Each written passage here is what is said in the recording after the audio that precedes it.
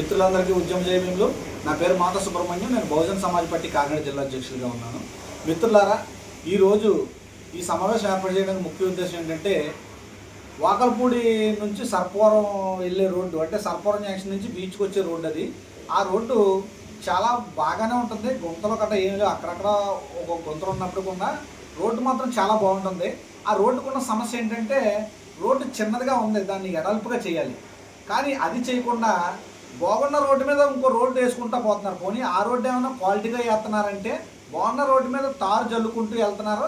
దాని మీద ఒక అంగుళమో అరంగుళమో మిషన్ తారు రోడ్డు వేసుకుంటూ వచ్చేస్తుంది. బాగున్న రోడ్డు కంటే ఇప్పుడు వేసిన తారు రోడ్డు వల్ల ఇబ్బందులు వస్తున్నాయి, గుంతలు పడిపోయి. ఇది క్వాలిటీ లేకుండా రోడ్డు వేయటం వల్ల ఏమవుతుందంటే, ఇది ఒక నెల రోజులకో లేదా 2 నెలలకో అది పొప్పర లేగిసిపోతుంది, మళ్ళీ రోడ్డు పాడైపోయినట్టుగా ఉంటుంది. తర్వాత మళ్ళీ రోడ్డు వేయవలసి ఉంటుంది.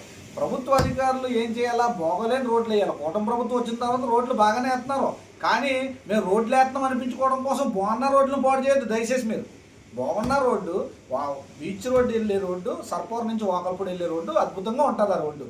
ఆ రోడ్డుని వెడల్పు చేస్తే ప్రజలకు ఉపయోగం ఉంటుంది. రోడ్డు ఇరుగ్గా ఉంటుంది కాబట్టి.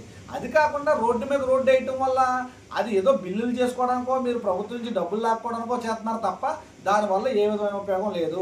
దాన్ని క్వాలిటీ చెక్ చేయాలి. అదేవిధంగా ఆ రోడ్డు ఎవరైతే వేస్తున్నారో ఆ కాంట్రాక్టర్కి బిల్లు పాస్ చేయకూడదు. ఒకవేళ బిల్లు పాస్ చేసినా కూడా ఎవరైతే బిల్లు పాస్ చేస్తున్నారో ఆ అధికారుల మీద కూడా మేము కంప్లైంట్ చేస్తాము. ప్రజల సొమ్ముని దోసుకోవడానికి మీరు బాగున్నాయి పాడు చేయొద్దు దయచేసి. ఆ రోడ్డు చాలా బాగుంటుంది. ఆ రోడ్డుపై మళ్ళీ పొప్పర వేస్తున్నారు. మీరు ఒక అంగుళం వేస్తే ఏమైతే రెగిసిపోతుంది. అది చాలా తప్పు. ఇలాంటి తప్పుడు పనులు చేయొద్దు దయచేసి. ఆ రోడ్డుని క్వాలిటీ చెక్ చేయండి.